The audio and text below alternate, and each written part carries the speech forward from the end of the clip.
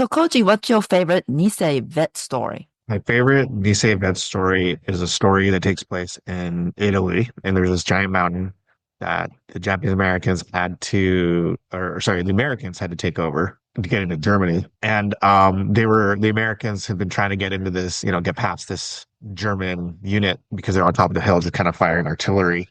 And the Japanese Americans said they could take the hill in 30 minutes. Everyone's like, that's crazy. We've been trying to take this mountain for a while. And what they did is they snuck around in the middle of the night. They climbed up the back of the mountain. So they mountain climbed and rock climbed and did the whole thing. And they told each other that if you fall, you can't scream because if you scream, you give us away. So these boys climbed up the mountain and they got to the top. The Germans weren't expecting them, and they did, in fact, take the hill in 30 minutes. Do you have any stories that you wanted to share about the 442 that you know? Or about the Japanese American vets? I did not know anything about it. I don't know when I found out, but I didn't know anything about it for a long time. And then you also gave me a book too. Yeah, that's right, my book. Yeah. And I mean, I've heard about it, but I didn't know much about it. And then this year, I went to the Jan Gala and there were some vets. And I'm like, oh my gosh. And they still, I mean, they must be very old, but they are still looking good.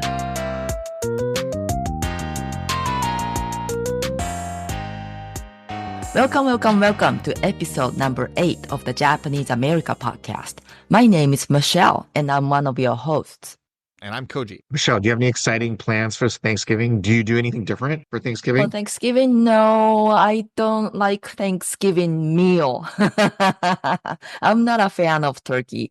And my husband usually cooks everything. Do you have like gohan or something or just? No, he makes turkey and he makes mashed potatoes and all that stuff, but he doesn't like pumpkin pie. I buy pumpkin pie from Costco, so I have to eat the whole pumpkin pie in like 5 days.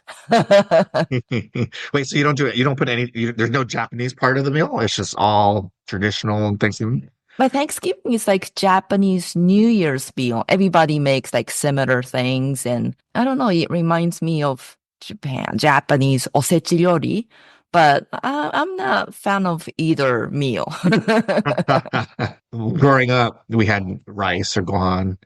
We had kimpura gobo. I don't know why my mom made. I thought kimpura gobo was a Thanksgiving thing until I grew up and realized that it wasn't normal Thanksgiving. No, kimpura gobo is supposed to be like a lucky food. No, but I did make turkey before I got married.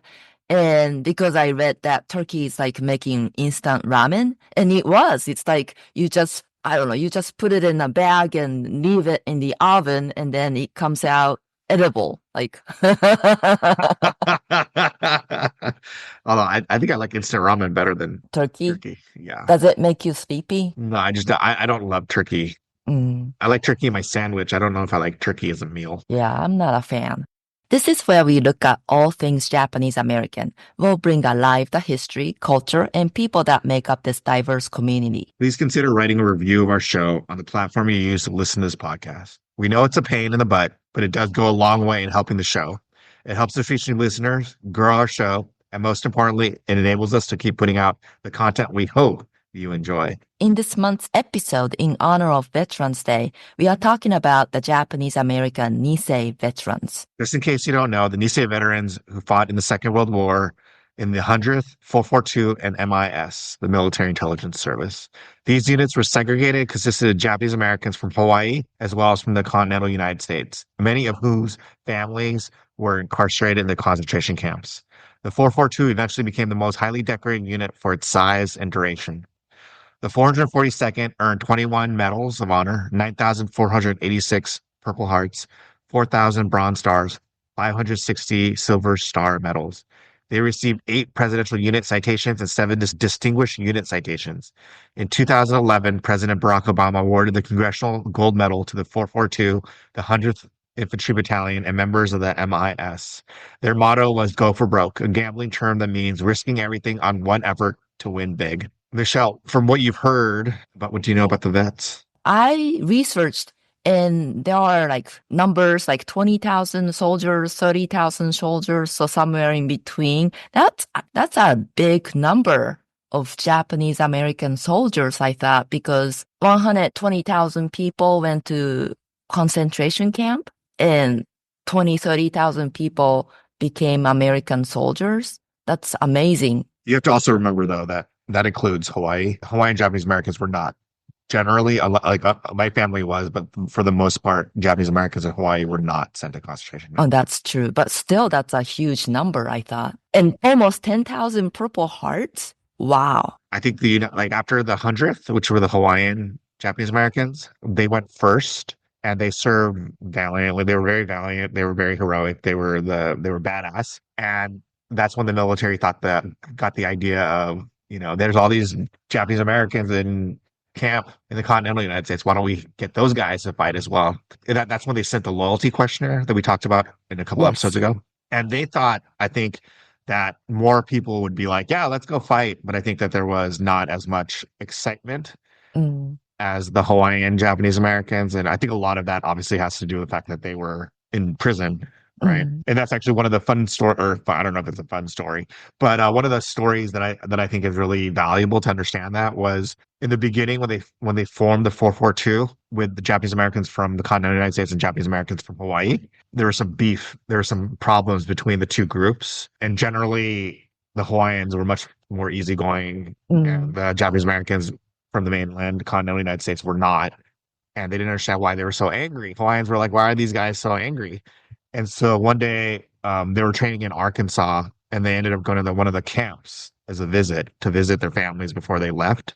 And the Hawaiians thought, "This is cool. I'm gonna go meet some Japanese American girls. I'm gonna go get some food." And then I think that when they went to the camp, they realized it was prison. Mm, And I think they saw for the first time what their brothers who were from the mainland had gone through. And I think it hit them there that, these guys who are fighting were coming out of these places. And I think that brought that unit closer, but it mm. also just hit home what they were fighting for. It hit home for what they were doing. And I love their motto, go for broke, the gambling term.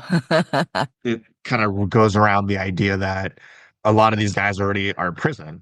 So Yeah. what do they have to lose, right? What are they gaining? They're gaining the right to be American, right? The right to fight for their families. Family. When I tell people, like a lot of times, like I get questions like, why is this important? Why do we need to talk about this? And it's these guys that made it so that people like me or, people can do the things because they proved beyond a reasonable doubt Mm. the loyalty of Japanese Americans to this country.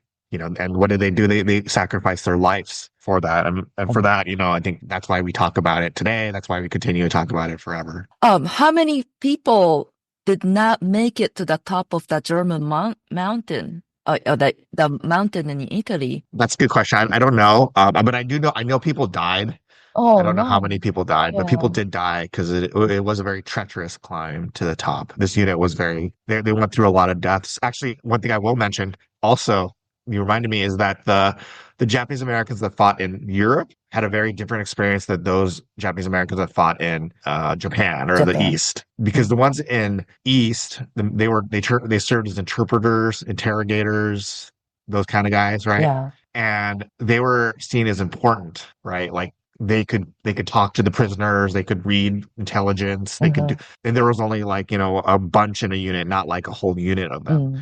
And so generally they were seen as valuable, so they weren't like thrown out to get killed. Yeah. Whereas a lot of the Japanese Americans who fought in Europe, the bad joke is they were seen as cannon fodder. Just send them. Mm. It doesn't matter what happens to them. Send them. Oh, And so I think that like a lot of the experiences were completely different in terms of just even how they were valued within the government. wow.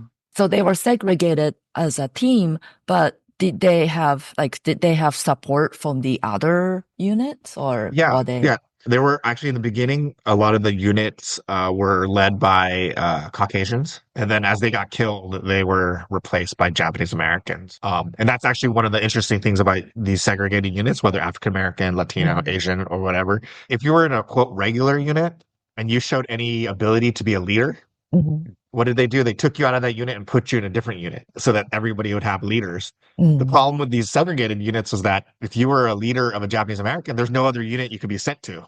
Oh. And so within the units, there was a leadership and there was no drain of talent or Mm. brain, right? They stayed, I mean, there was nowhere else they could go. So Yeah. within the unit, there was like this kind of stronger units, whereas like a lot of the regular Caucasian units wouldn't have that because, they would instantly, if you were like a superstar, they would just move you to another place that needed the superstar. And so that's one of the reasons why they were so, that these units were special in that way. To help us talk about the Nisei vets, we brought in guest David Ono. David Ono is the co-anchor for ABC-7 Eyewitness News at 4 p.m. and 6 p.m. and was recently named Anchor of the Year in the U.S. by Broadcasting Cable. David joined ABC-7 in 1996 and during that time has witnessed history worldwide covering Hurricane Katrina, Haiti's earthquake, and Japan's tsunami. He traveled across Europe and Asia chronicling the brave acts of the Nisei soldier from World War II. David has produced multiple award-winning documentaries, two of which have made their way to the Smithsonian Institution. David has won 12 Edward R. Murrow Awards, 31 Emmys, 2 RTDNA National Unity Awards, 6 AAJA National Journalism Awards, and was honored with Distinguished Journalist Award by the Society of Professional Journalists. He has also received both the Journalist of the Year as well as the Lifetime Achievement Award from the LA Press Club. Michelle, should we get started? Yes. Okay, let's do it. First, let's get to know David a little bit. David, tell us about yourself. My name is David Ono. I am the evening anchor for KABC-TV. That's an ABC network. And in addition to being an anchor of 3 shows a day, I do some reporting for them. I do some stuff for the network. And then I do independent filmmaking and other types of creation, largely revolving around the Nisei soldier. Next, we asked David about the 100th, 442, and the MIS. It's a remarkable unit, a segregated unit, which I always found ironic that we are fighting probably the greatest white supremacist in the history of the world, Hitler, with a segregated army. But we did during World War II. And one of those segregated units was the 100th 442nd MIS. So the 100th largely started out of Hawaii because it was already an established National Guard unit when Pearl Harbor occurred. And they were the first to go into battle as one established Japanese American unit. Soon after them came the 442nd, which is made up of Hawaiians again, and also young men from the incarceration camps, American incarceration camps, the 120,000 or so Japanese Americans that were locked up during World War II. And then the MIS stands for Military Intelligence Service. And these were similar men, similar backgrounds, but they were more astute in the Japanese language. And they formed an intelligence unit that largely worked in the Pacific to decipher Japanese transmissions and help with the efforts in the Pacific to actually defeat Japan. And together, all 3 of these units were amazing, some of the most outstanding units in American military history. Yet, as we always say, most Americans have never heard of them. And that's why I feel like their story is extremely important, because they're one of the many chapters in American history that we have chosen to basically hide or sweep under the carpet and not really evangelize or talk about. David, what's the importance of the Japanese American vets and their story? I think they are model Americans with an immigrant's face. And I think that's important to say, because the reason they were isolated was because they looked like people from another country, as opposed to, let's say, Germans and German Americans and Italians and Italian Americans during World War II, at least. We isolated the Japanese Americans. Even they were far, far more German and Japanese, but they were Caucasian. So they looked more like Americans, whereas it's easier to isolate the Japanese Americans. I think it's important in the context of our country's history, and that is, we've often shunned or vilified certain segments of our population, and not just people of color, but people who are Caucasian, like Irish and Catholics and Italians, when they were coming over in mass quantities. And so we have a tendency of doing this. I think that's important because each one of these communities or groups finds a way to assimilate and become accepted in the American community. But when it comes to Asians and Asian Americans, they have a harder time because they don't, quote unquote, look like Americans. And so this unit of Nisei soldiers, they were remarkable because they endured extreme prejudice during the war. I mean, to be locked up, being innocent and locked up in these concentration camps, and yet still choose to fight for the very country that did that, and not just fight, but fight in such a way that is considered one of the greatest units ever in American military history. That's a pretty remarkable story.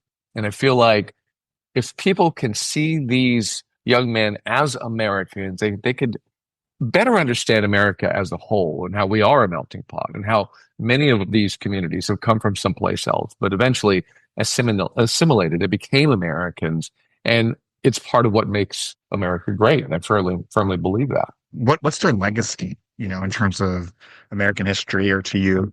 Well, to me, it's their ability to put aside all the hate and choose to be patriotic, sacrifice their own greater good for the greater good of the country, and then kind of go back into American society in the most modest of ways and never talk about what they endured and what they accomplished. And I think that kind of quietness is part of who these young men were, and this Nisei community is. And that is, it's extremely modest. They have a lot of Japanese sensibilities, and they brought those sensibilities to the way they fought the war, but also the way they endured after the war. And so I think that's really something to be recognized and even celebrated. But that modesty, I think, is a great lesson within today's community because we certainly don't have enough of that. David, why don't you tell us your favorite Nisei vet story? Well, there are so many. And that's the beauty of it, is if you take each one of these young men as an individual, his story will blow your mind, almost all of them. So that's part of the beauty of it. I'll kind of divide it up into a couple of things. And one is one of the greatest folks in the war, in this unit, was Senator Inouye.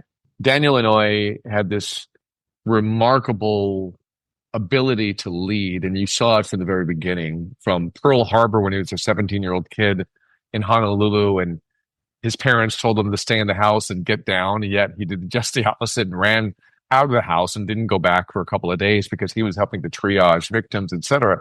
Just a 17-year-old kid. And eventually he goes into the 442nd. He was too young to enlist in the Army at that time.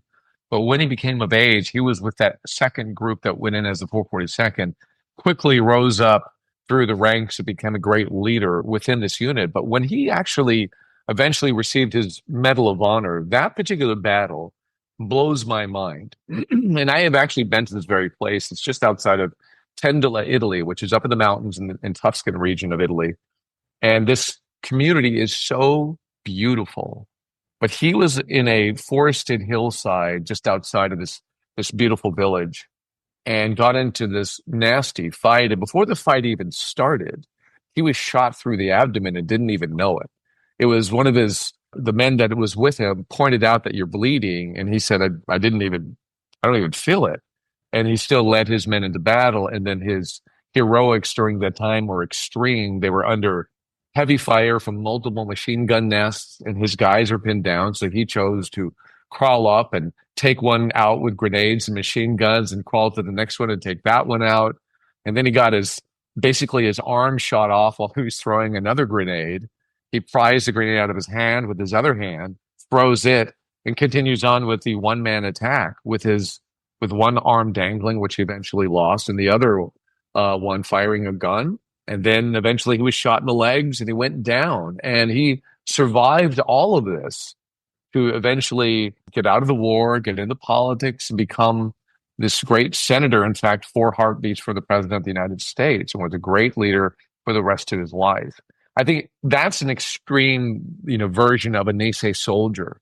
But there are so many others that have so many different stories. But in addition to those stories, I think another great story in the legacy of the Nisei that kind of talks about how important they are, is a good symbol of how important they are, is if you go to Brière, France today. In fact, I was just there a couple of weeks ago for the 80th anniversary of this big battle called the Rescue of the Lost Battalion. And that's where 220 men were surrounded by the Germans. And it was the Nisei that broke them out with, great expense. They lost so many men doing it.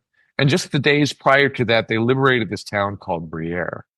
To this day, that town keeps thanks and gratitude to the Nisei, because they were under horrible situation when the Germans took over their town. For the next 4 to 5 years, they endured all these atrocities. And it was the Nisei that eventually liberated them. And to this day, they recognize the Nisei, but to an extreme way, to where they are reenactors. They put on the Nisei's uniforms. They preserved the vehicles that were left behind in the battle. And they basically, these Caucasian French people pretend to be Japanese American soldiers. And that's how much they love them. And it's all just, they imitate them because they adore them. They're their heroes. And I think that's a very loud statement of how important the Nisei were to the French, even though most Americans have never heard of these guys. So I love that story too, because here we are 80 years later, multiple generations later, and each generation passes on that legacy, that important story, and also the need to imitate these guys and put on their uniforms, etc., and keep this legacy alive. I love that. And there's also some Nisei that are buried at Epinal Cemetery, which is right there, and they still take care of the graves, and the kids in the elementary school are constantly caring for the graves and putting flowers on them, etc. And that way, that's how they keep this legacy alive from generation to generation. Michelle, as a person who grew up in Japan, what do you think about when you hear these stories? So I don't know. I grew up in Japan and I took Japanese history classes over and over. But, we started out from like 2000 years ago, Jomon Jidai. But by the time the year is almost over, we almost run out of time, and we usually get like so quick on World War II, and we don't really learn much about the World War II because we ran out of time. I don't know if they did it on purpose or not. So I didn't learn much about World War II to start with, and I didn't know anything about Japanese American till I came to America when I had my boss who went to the concentration camp. And I really didn't know anything about the Japanese American soldiers who went to war for America. And oh my gosh, I don't want to go to war to start with, but those people went to war for America as a Japanese American. And that's like so courageous and so brave. And I can't believe they earned the most medals and awards as a team in American military history. Is that true? For their size and duration, yeah. Yeah, that's amazing. So brave. Yeah, they were crazy. Maybe crazy, but no. But I mean, you gotta be courageous and brave to be crazy. Crazy in a good way, not crazy in a bad way. Crazy in a way that, that these guys were so willing to put their lives on the line. There were a lot of famous battles where they were just running straight into machine guns nests. Oh my gosh. They were the unit that would do the things that no one thought was possible. Like, these guys over and over proved their loyalty, and proved that they were willing to make the ultimate sacrifice for this country. That's amazing. David, what's your connection to the Nisei vet story? Well, I really don't have any connection except as a journalist, because I came here, my family came here well after the war. My family is from Japan. And so I simply stumbled upon this story when I moved to Los Angeles about 30 years ago. I'd never heard it before, even though I was Japanese American, and a lot of people make the assumption that my family must have been maybe incarcerated or part of this Nisei history, but it wasn't. My father was in the army, so I do understand what it's like to be in a military family and enduring what military families have to endure. But I never heard this story before. And at first you're kind of, as a journalist especially, you deal with a little bit of shame. Why do I not know this story? especially since I'm Japanese American, and you're talking about Japanese Americans, and I grew up on multiple military bases, and yet I never heard this great story about these amazing fighters in the United States Army. But then once you do a little bit of soul searching and try to answer some of these tougher questions and why the ignorance, then you come to realize that it's really not your fault. If you don't know something, then how are you going to know you don't know?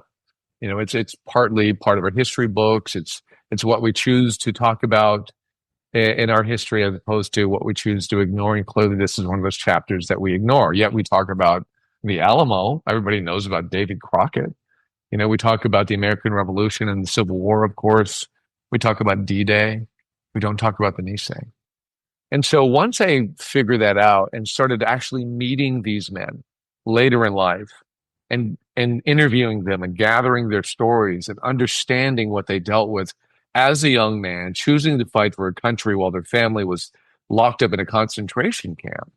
I mean, that's kind of mind-boggling stuff. And if you put it in today's context, you know, after the Civil War, I mean, after the Vietnam War, we learned to protest, to speak up.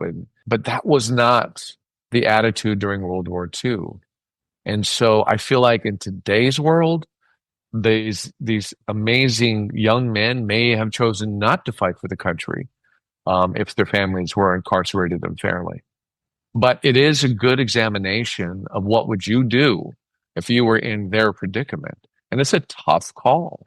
And so I kind of love that too. And so as a journalist, and I learned more and more about what these young men endured, and then their incredible sacrifice, their incredible accomplishments, and then the fact that they just came back home and never talked about it again.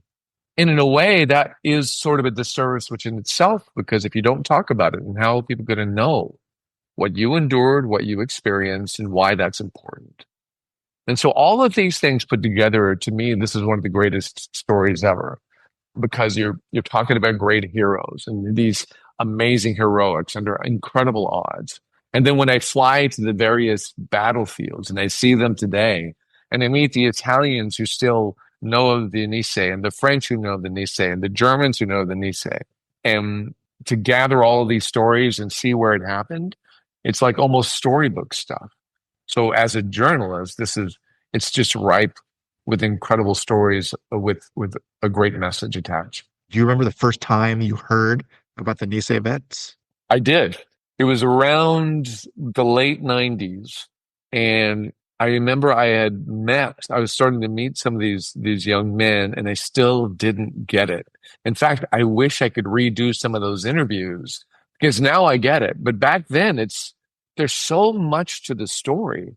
It becomes overwhelming, and you just kind of like pretend to understand through this one person's perspective, but you really don't understand how this entire population was impacted and how these are really tough decisions that these men had to make.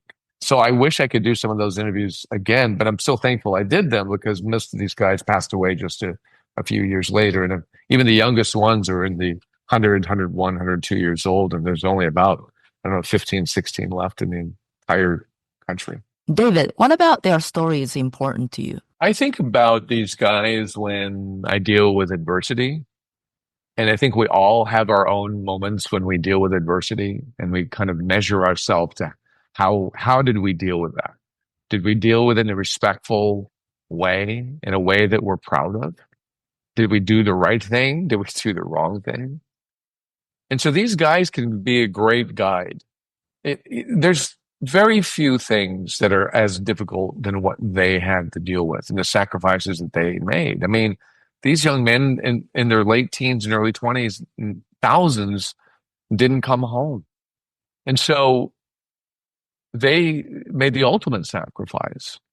But they did what they felt was the right thing, and that is fight for the country to prove their loyalty, understanding that maybe they won't survive, but their family hopefully will.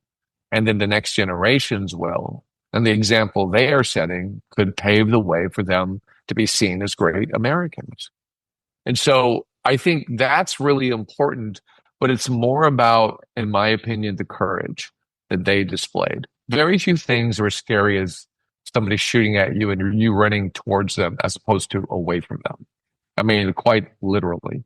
Sometimes it's up a steep hill when you have incredible odds against you, which we've seen multiple times. So I feel like they are great heroes for us to keep close to our hearts. And when we find ourselves in some of those tough moments, when we have to make a tough decision or deal with a tough circumstance, it's probably not as tough as these guys, and let these guys be your barometer and guide you as you try to make the right decision and do it respectfully. Finally, David, why don't you tell us what you're working on?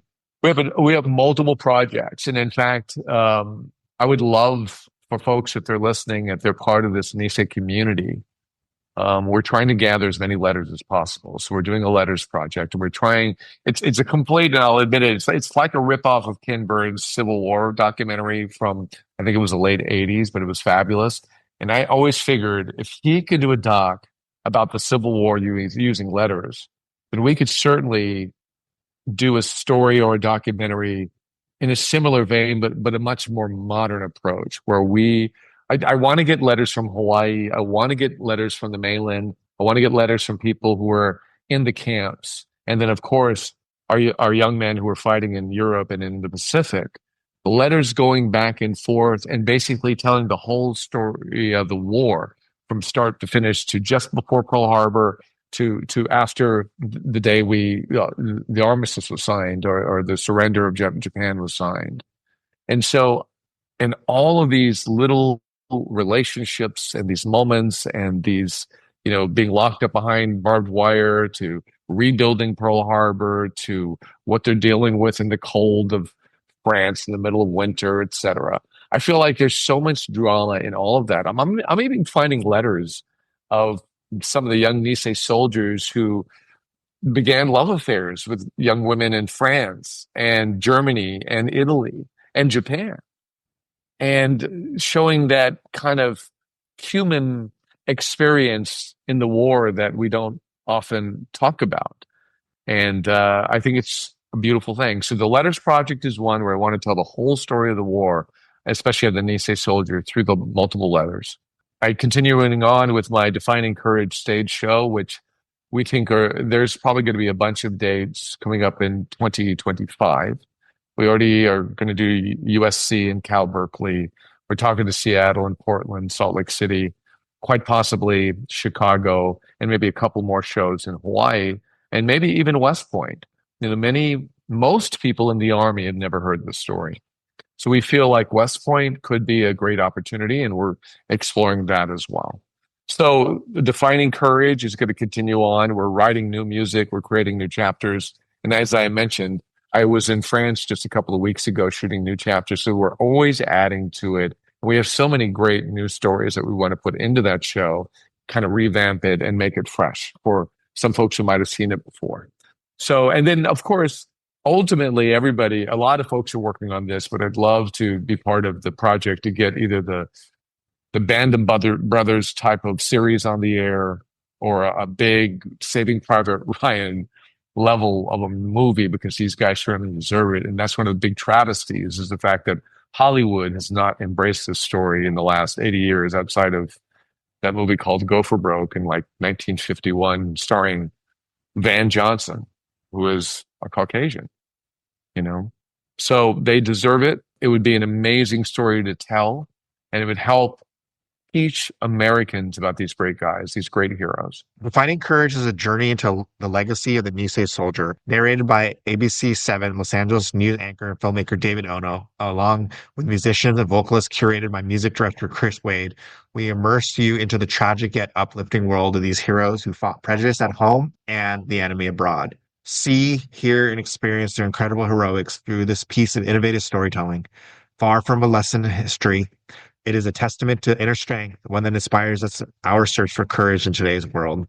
The next show is on April 4th in Berkeley. Tickets are available at definingcourageshow.com. We encourage you to come to JANM to check out our ongoing exhibition, Common Ground, Heart of a Community, where you can find out more information about the Nisei vets. My favorite part is where you can see a real Medal of Honor. They have a real Medal of Honor there.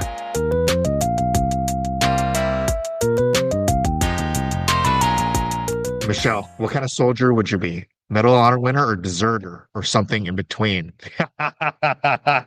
Oh, Oh my gosh. I don't know. I don't know.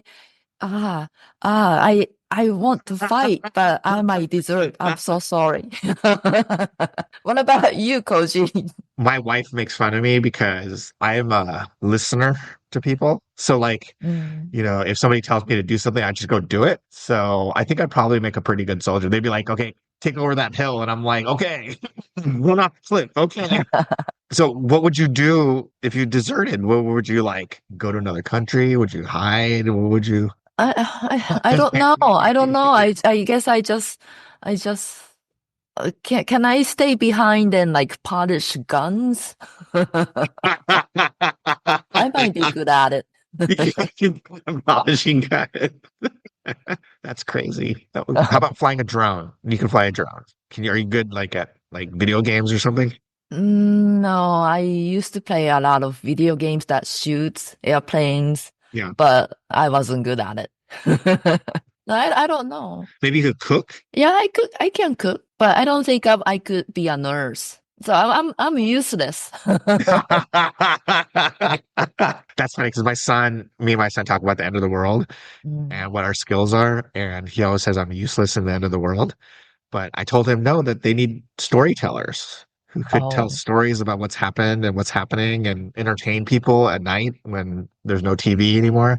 So maybe you could be a comedian for the troops when they're on base or when they're sick and they are hurt and they need to have somebody entertain them. Maybe you could be that person.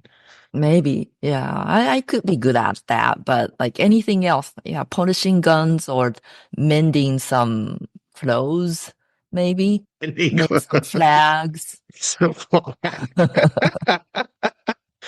okay, let's just say you'll be a comedian then.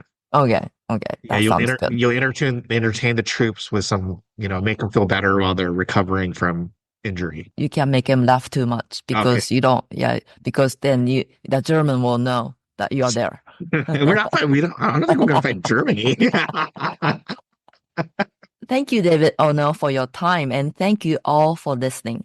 There are almost 4 million podcasts, and we are honored that you've chosen to listen to ours. If you like the podcast, please share it with your friends, families, and even your enemies. You'll be doing a lot to help us keep bringing exciting and fun content every month. This podcast is a program of the Japanese American National Museum. The museum's mission is to promote understanding and appreciation of America's ethnic and cultural diversity by sharing the Japanese American experience. Please rate, review, and subscribe to our podcast.